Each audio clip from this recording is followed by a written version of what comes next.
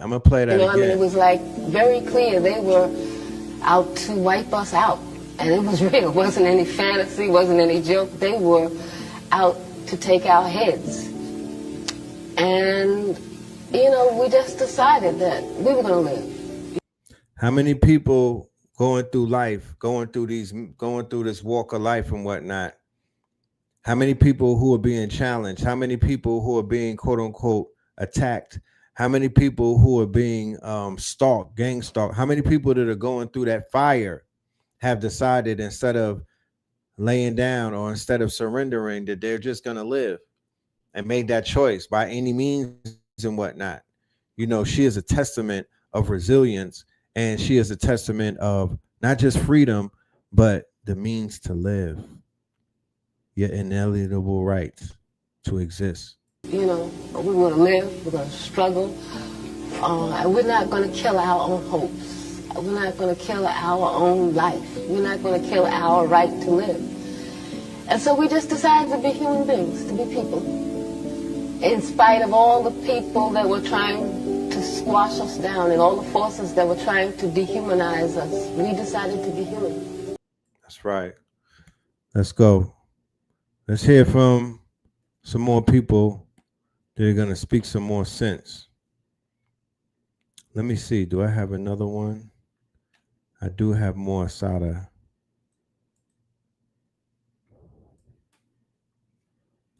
Let me see.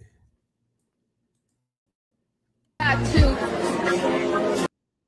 think that we have got to educate ourselves and prepare ourselves to fight a repressive system, an oppressive system, and a system that smashes the human being to the point where people don't even remember how to take a walk, how to say good morning, how to smile at each other. We have to take this planet back from the beasts that are controlling it right now.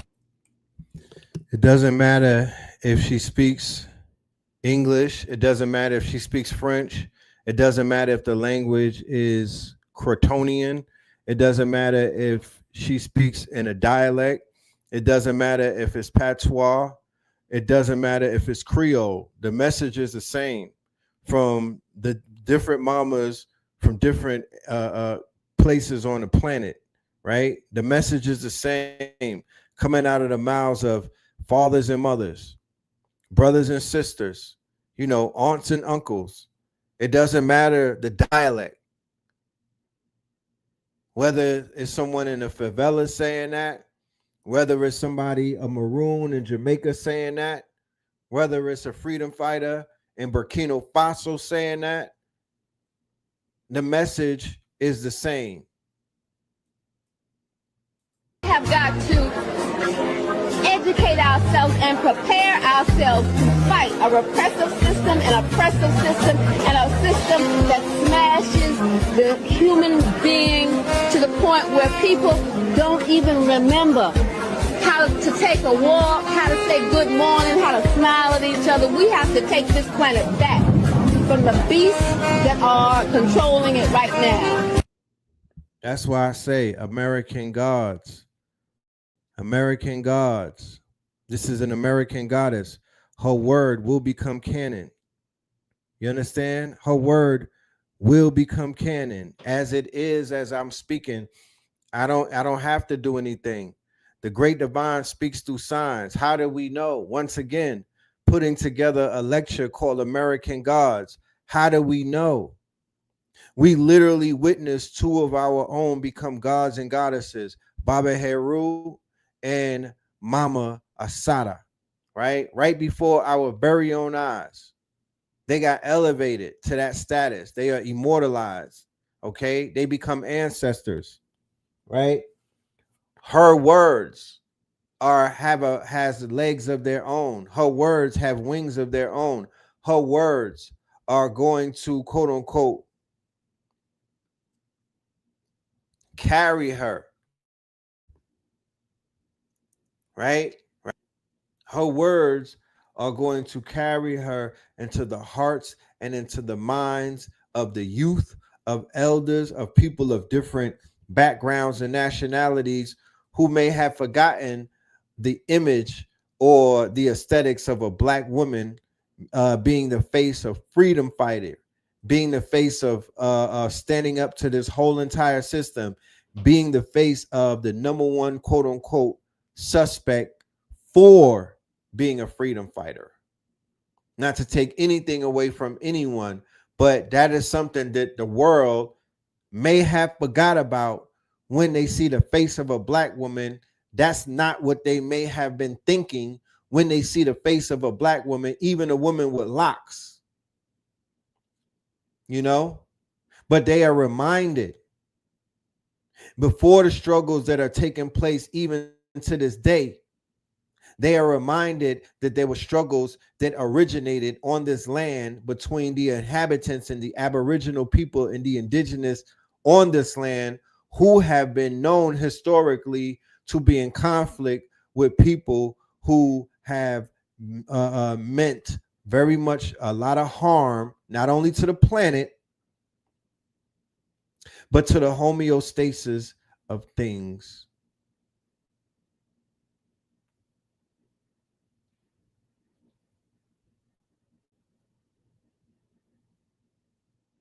That's all I'm saying.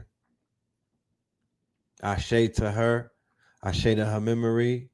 Let's go some more. Shata. Core, we honor you and we salute you. We thank you for Mama Asata Olugbala Shakur. We honor you and we salute you. We thank you for fighting for us. We thank you for teaching us how to fight. You have remained strong, and in the spirit of African reciprocity, those of us who know will do whatever we can from wherever we are with whatever we have to ensure that your good name, life, and legacy are defended and protected by any means necessary. By any means. Yes, yes, yes. Yes. Let's hear a word from the Europeans. Let's keep it moving. All right. Let's go. See beards sometimes. I'm Vic Myers. Welcome to the Resistance. Have you noticed how the Gestapo goons snatching people off the street are almost always white, with big Duck Dynasty beards sometimes? Hold on to that thought. Now let's talk about Secretary of Defense Pete Hegseth. Do you remember when he was nominated? When he was pulled out of a drunken gutter at Fox News and handed the keys to the Pentagon? Do you remember the controversy over his tattoos? The claims that some of those tattoos were tied to white supremacy. Now, to be fair, some of those tattoos could just be unit pride or things he personally believes in that have nothing to do with white supremacy. You got to give a guy the benefit of the doubt, right? Unless, of course, the Secretary of Defense does something that completely removes all doubt. Now, what could that possibly be? Maybe making up an obscure rule to drive black service members out of the military. See, there's a condition called pseudofolliculitis barbae. It's razor bumps. It's painful. And it's not a choice. It affects black men at a much, much higher rate than it does anyone else. In fact, studies show that as many as 60% of black male service members struggle with it. And when I was in the Army, a lot of the black guys in my unit had a medical profile saying that they didn't have to shave close, because when they did, it caused painful skin problems. It was a medical reality. And now the Secretary of Defense is trying to weaponize that reality against them. He just issued a directive saying any service member with this condition can only get a shaving waiver for 1 year. After that, if they're not cured, they'll be administratively separated, kicked out of the military.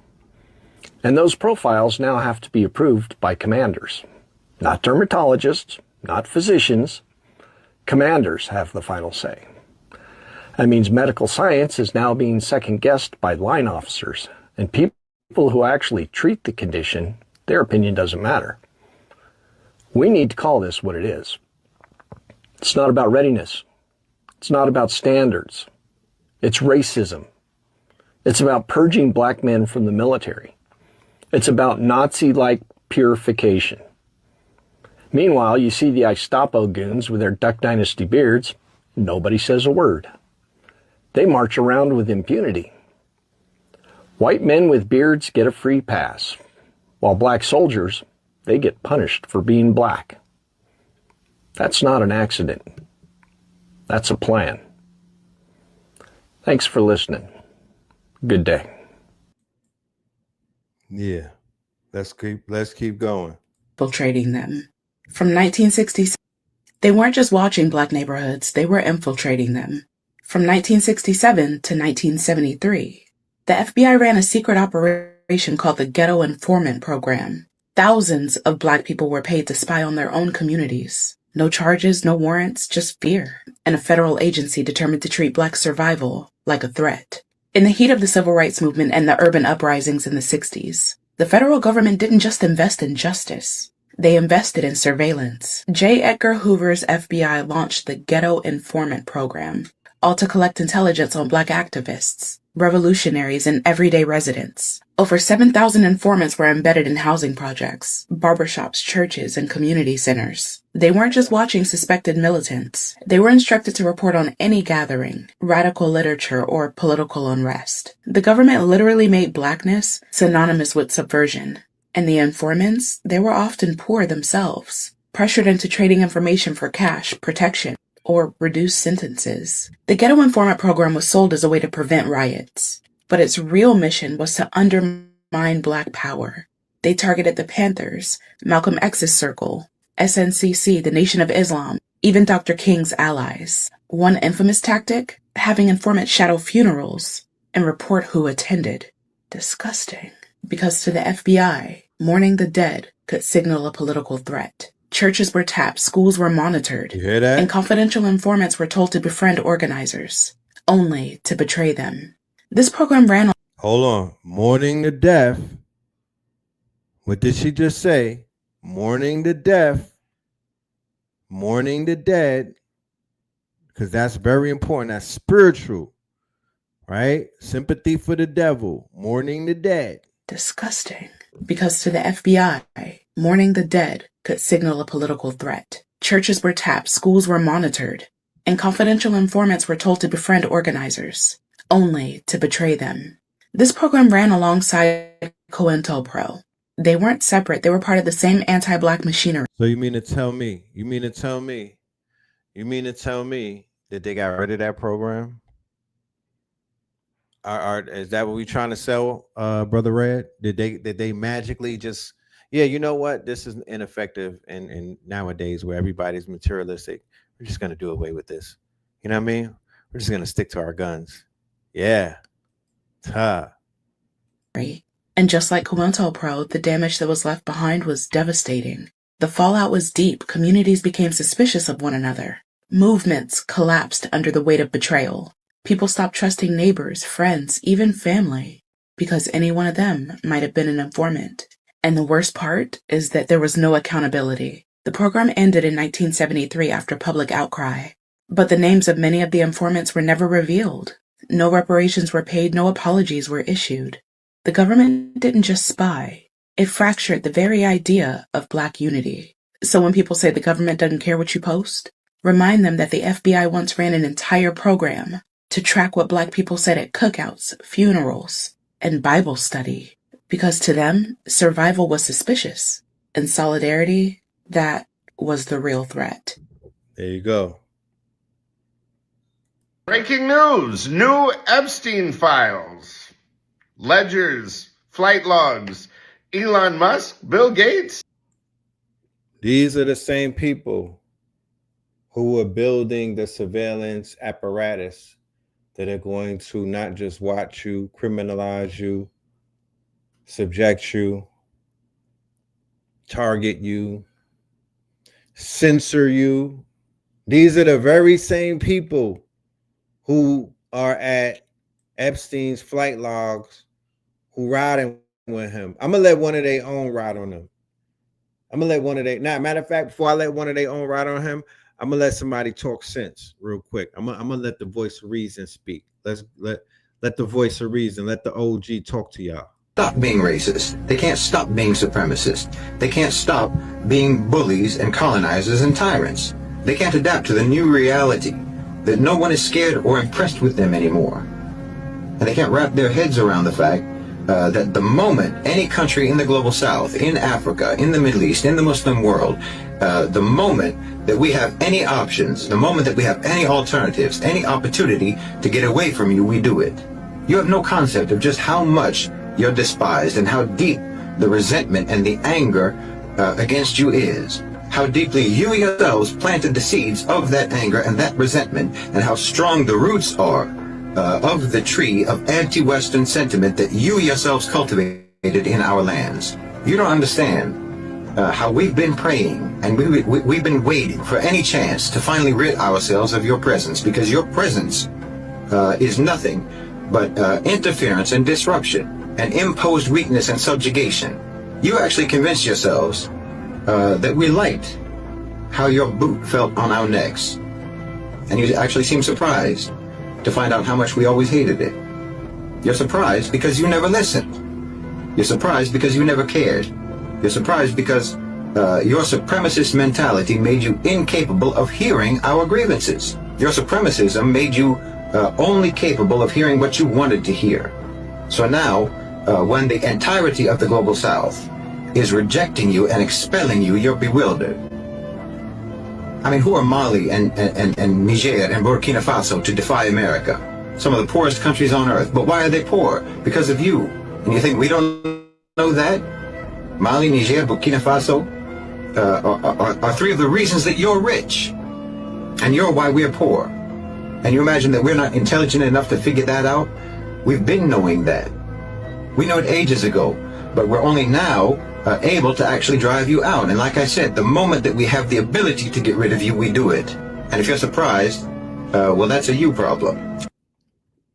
It's my guy right there. It's my guy. Right? Real quick.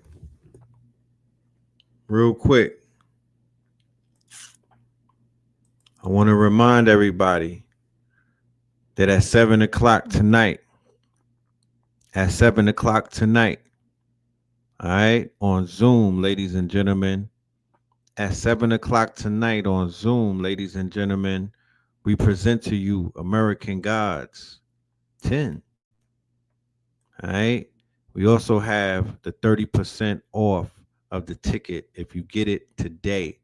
All right. Make sure you take full advantage and get your ticket. Promo code MAGAFest at checkout will get 30% off. All right. Mama Asada, like I said, who is an American God. You know what I'm talking about? Mama Asada, who is American God. We are going to honor her. We are going to honor her. Right? We are going to honor her spirit that has sanitized my timeline from a lot of ignorance, a lot of cowardice, a lot of weak energy, a lot of confusion and whatnot. You feel me? The portals close at 7 o'clock. We only got 50 seats left in the chamber. This is your summons. This is your access point. You know what I mean? So 30% off, that's $53. Make sure you come through and get your ticket tonight. Okay? Make sure you come through.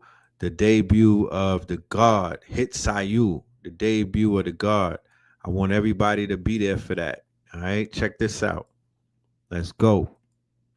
Live and direct from the mothership. This not gonna be on some other shit. It's Hitsu Yoaku, the sovereign identity architect at your service. Orewa Kakugachi Gwandayo. Translation: I'm built different, and I'm tapping in this Sunday, September 28th, for the MAGAFest Destiny Meme Martyr Lecture. This one is going to be a movie that you don't want to miss. I'm opening up the spot. I'm setting off the ritual with the algorithmic asylum case file 002. We're really going to set you up to jailbreak your identity and tap into that altered destiny.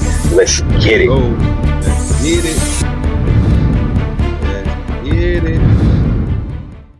Let's get it. All right, let's continue the show. Check out Nick. Let's see what Nick got to say. Come on, Nick. Let's go. Entire organization seemed to have been swept up by Jews. Erica was appointed CEO of Turning Point. She met him through Pusa. She's the handler. Trump twisted the knife in his back. Bibi did it so Trump cussed to Israel more. Two birds, one stone. Files. Israel. All hail. Well, you know what? The Erica Kirk angle, that's the most interesting thing I've heard in the past 2 weeks. I'm going to be honest with you. I don't fucking like it. I'll be the first person to say.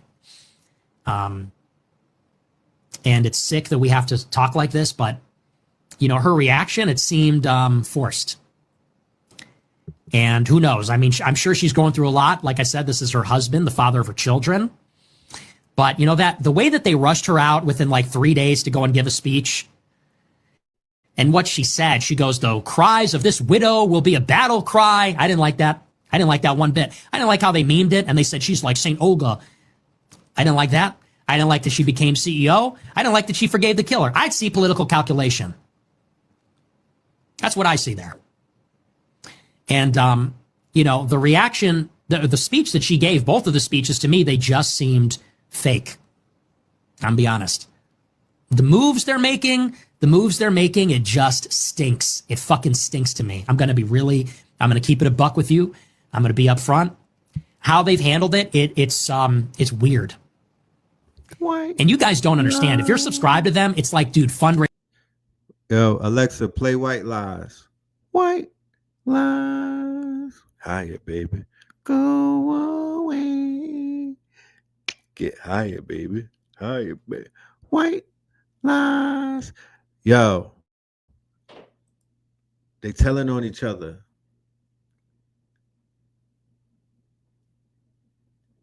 They telling on each other day by day, every episode. The whole shit is falling apart. Even though it's an ill psyops, it's exposing. It's showing the hypocrisy. It's really showing and exposing that all of these people are working for them people. It's all the fucking stage. It's all a stage. Raising emails. It started within 48 hours. They started begging for money. GoFundMe, fundraising emails. She gives a speech. You know, we're doing more things than ever. I'm the new CEO. This is a battle cry echoing around the world. Battle cry. Battle cry? How about cry? How about you just cry? Your husband got shot in the neck 48 hours ago. How about just cry? Gut level? Because listen, I get a gut feeling about these things, and that's what I saw. The rush to make her CEO, get that one by the goalie. This whole the cries of this widow will echo around the world like a battle cry. Oh, now you forgive the killer. So which is it? It's a battle cry or it's forgiveness. And even the way she walked out, she walks out with fireworks and she does this pose. She did this pose. It's like, okay, so this is WWE. This is Shawn Michaels versus Undertaker. I'm gonna keep it a buck with you. I see calculation. I see political opportunism. I see exploitation. That's what I see. That's who these people are. That's how they were before. That's how they are now. My producer's telling me that Rumble servers are having some issues. They're dropping frames. They don't like it. They don't like the message. Breaking news. New Epstein files. Ledgers, flight logs. Elon Musk, Bill Gates, Steve Bannon. New Epstein estate files released by the House Oversight Committee show that Elon Musk, Steve Bannon, and even Peter Thiel have all appeared on Jeffrey Epstein's schedules. Now, this is after his 2007 plea deal, which forced him to register as a sex offender. The documents list Musk as a tentative guest for December 14th and a trip to, get this, Epstein Island. We don't know if he went, but he's on the schedule. Thiel was scheduled for a 2017 lunch, Bannon for a February 2019 breakfast. We know that Steve Bannon actually did a whole documentary with Epstein. Wonder where those tapes are, just months before Epstein's final arrest. Now, Democrats say the revelations underscore Epstein's continued access to some of the world's most powerful men. Republicans are saying that this is Democrats cherry-picking names while holding back other files blah, blah, blah, blah, blah. They're promising full release once the redactions are complete. Files also include Epstein flight logs, cash ledgers, and notes referencing Bill Gates and Prince Andrew.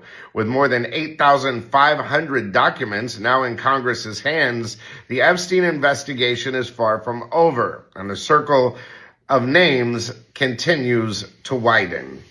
Story developing. So Steve Bannon, Elon Musk, right? The same person that tweeted, "Oh, Trump is on the Epstein." Like, all of these people are gaslighting the public because literally this was the case that exposed the fact that regardless of bipartisan, regardless of anything, this case was the shit that exposed that damn near all of them is doing the same thing, that they're all part of one nefarious, quote unquote, they call it deep state, I call it rat line, right?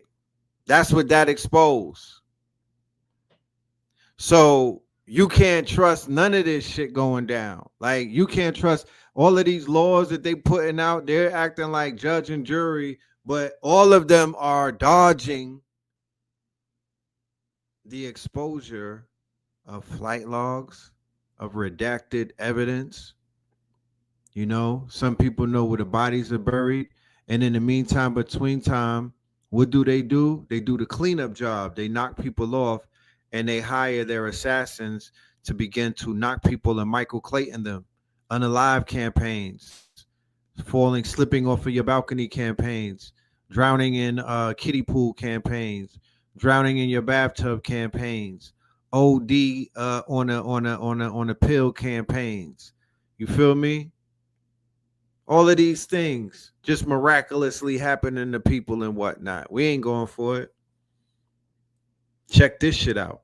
Long before nations prepare their armies to march or political parties within a country reach such a level of opposition that results in civil war, the warfare that exists between oppositions is ideological, a clash of ideas, where people get to a point where they're unwilling to compromise. And that is evident in the United States. Internationally, this level of tribalism has reached such a level of intensity that people are no longer willing to reason, to negotiate, compromise, and hash out their ideas, and deductively go through this process of figuring out whose ideas are better, because some ideas are better than others. Anyway, in this clip that I'm getting ready to play, Netanyahu talks about how the acquisition of TikTok is extremely important for those that are in favor of the Israel or the Zionist message. He talked about social media being a battlefield. And so I think that it behooves all Americans that are interested in the pursuit of truth, that see tribalism as a destructive force that's going to inevitably continue eroding our institutions to the point possibly of collapse, that are concerned about the weaponization of law, that are concerned about political figures being assassinated. If you're concerned about this obvious decline of the American empire, then maybe you should try to be a voice of reason and bring people back to the middle, because gravitating towards extremes has never, ever yielded any good results. And as far as Netanyahu saying that TikTok is a significantly important acquisition, I just think that we should note that the authoritarian personality exists on the left and the right. Kamala Harris supported Donald Trump being totally removed from Twitter. Plenty of people on the left over the last 8 years have advocated for the suppression of ideas, perspectives, stances that did not acquiesce to their will, right?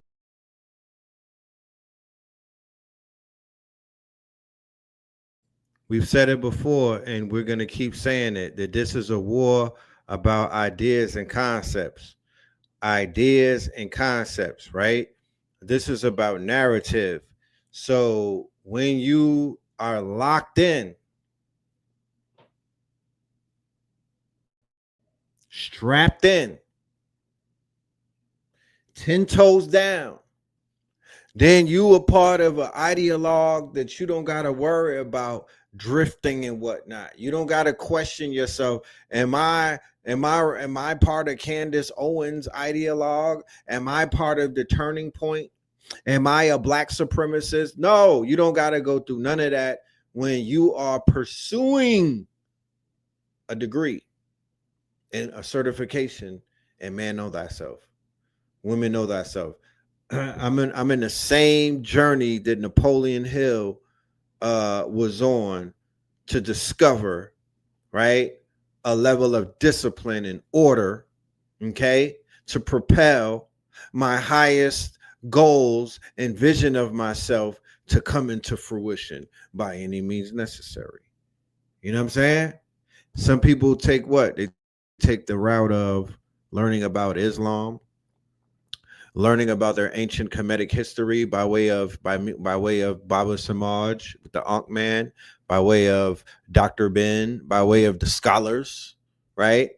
I might want to discover my Moorish history, my Islamic Moorish history through the MSCA, through different Moorish factions and whatnot. I may want to discover my Islamic history through the NOI, the FOI, the Nation of Islam. I might want to explore my Oriental, my mystic, my occult side, right? Through the schools of the Nation of Gods and Earth. You know what I'm talking about? And maybe some of the African traditional systems, or maybe a hoodoo, a house of hoodoo, whatever it is. I should have all rights to tap into all of the American gods. You know what I mean? To encompass everything that a different American god has in their quote unquote in their tool belt. Now, the $1 million question is, in Trump's America, who is an American god and who is an American devil? Who do they identify as safe to be an American god? Because there's many different gods. And who would they say, nah, that's the enemy of God? Similar to how Netanyahu and the Zionists, they have a clear enemy, and they get out there and they say who that enemy is. They openly are at war with that enemy. But them taking over social media is all of the evidence that anybody would ever need, that this is all about the media. This is all about the platforms. Platforms rule everything around me. And it's all about narrative at the end of the day. Who controls the narrative? He who controls the algorithm, he who controls these platforms, somehow in some way are going to have their say in the narrative. So keep that in mind. Sign up to Yap It. Make sure you get on Yap It. You know what I mean?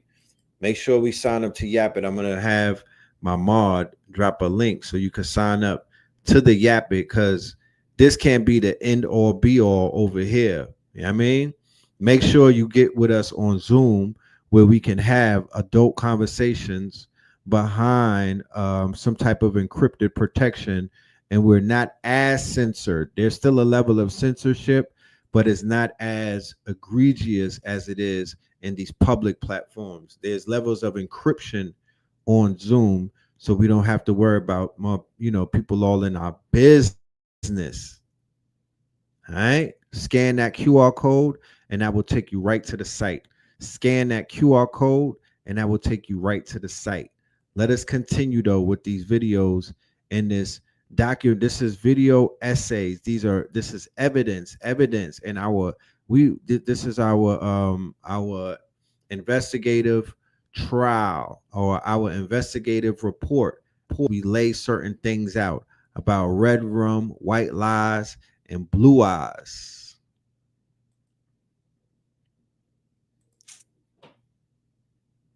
Opposition for the suppression of ideas, perspectives, stances that did not acquiesce to their will, right? To the hive mind.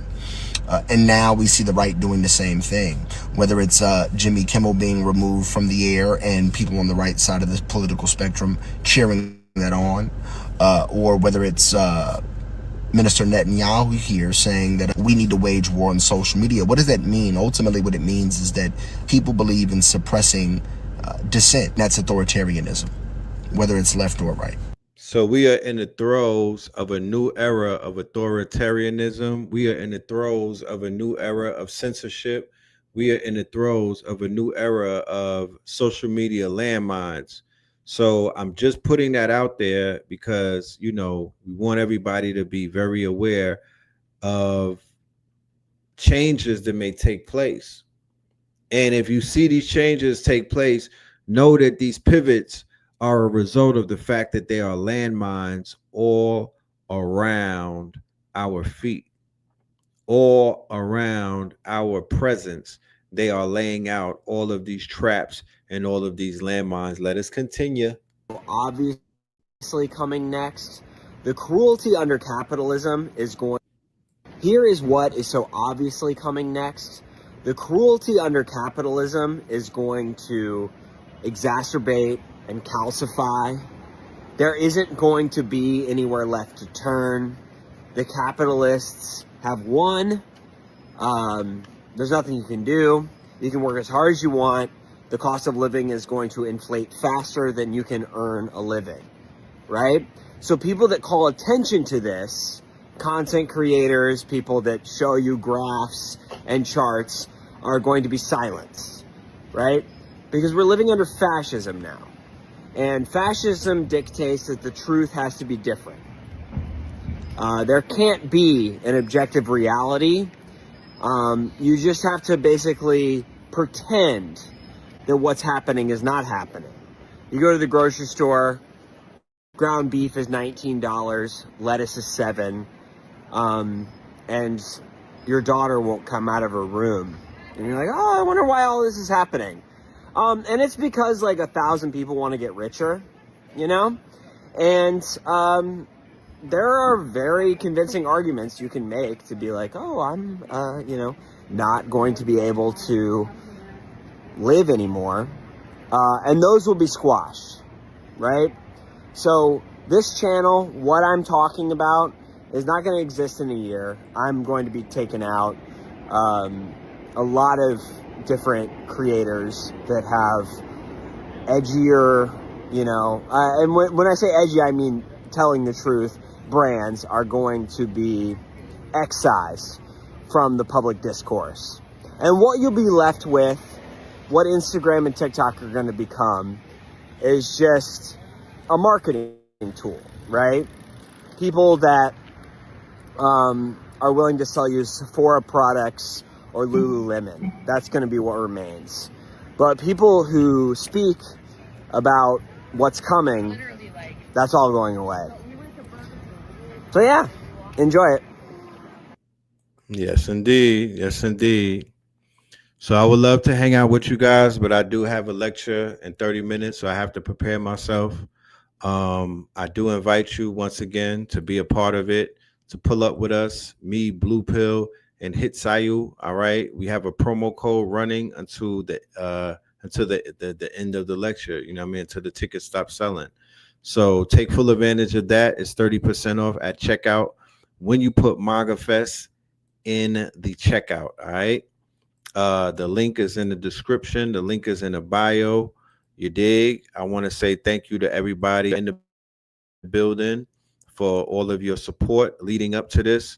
But we have arrived. We are here, and I am excited. We have a lot to talk about and unload. Join us September 28th for MAGA Fest Destiny 2.0 American Gods, as Brother Blue Pill and Red Pill bring you the latest and the greatest information pertaining to, but not limited, Charlie Kirk's assassination, the conspiracy to cover it up, and the continuing infractions at the hands of the MAGA elite. Make sure that you tune in and zoom in. This is going to be too hot for TV.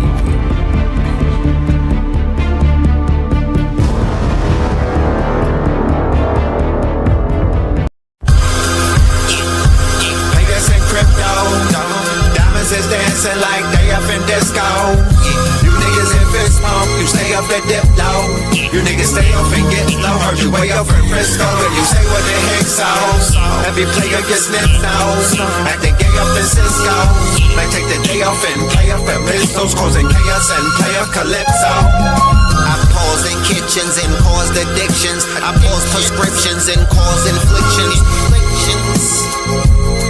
Lil Bixby playing in stores and bricks and on the dark web.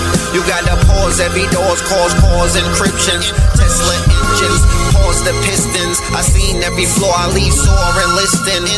For that action, they sponsored the Bronson. They was hooked on that shit like Johnson and Johnson. That freeway, Ricky Ross, straight out of Compton, straight out of Bumpton.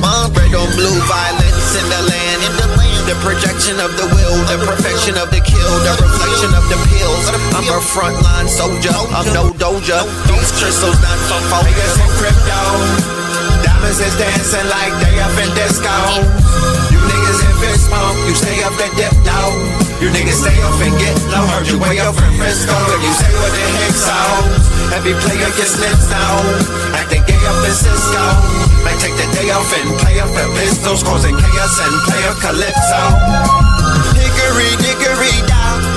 Hit a lick, put the sticky in the box. When the blicky get hot. Lick off a shot. Heavy in the meadow, we slip off a knot. Heavy in the ghetto, they crib walk a lot. Crib walk the crypto, lift off the stocks. Drips off the crystal and pots. Disco rods in the blocks on my chain from the crystal shop. In the light there, lift off the rock. Toe Virgil right chain on my block. White paint on my socks. White paint on my socks. Hickory dickory dock. Hit the lick, put the sticky in the box. When the blicky get hot. Lick off a shot, we lick off a shot. Players in crypto, diamonds is dancing like they up in disco. You niggas in fist smoke, you stay up and dip low. You niggas stay up and get low. Heard you way up in Frisco, and you say what the heck so. Every player gets snipped out, acting gay up in Cisco.